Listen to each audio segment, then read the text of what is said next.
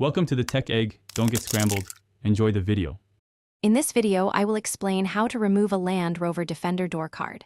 First, gather your essential tools like a trim removal tool and a suitable screwdriver. Next, locate and remove all visible screws that secure the door card to the door frame. After that, carefully pry off the window switch panel to access and disconnect its electrical connectors. This initial step is crucial for a smooth and damage-free removal process.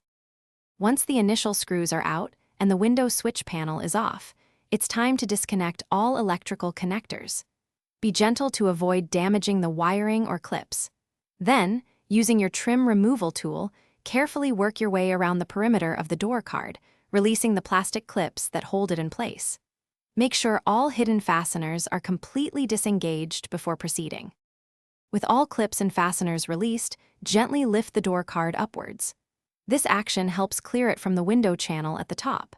Next, carefully detach the door handle cable and any other remaining wiring harnesses that might still be connected. Take your time here to avoid snapping any plastic tabs. Once free, store the door card safely to prevent any accidental damage. To reinstall, first reconnect all electrical components and the door handle cable. Ensure everything clicks securely into place. Then, carefully align the door card with the door frame, making sure the top edge seats correctly in the window channel.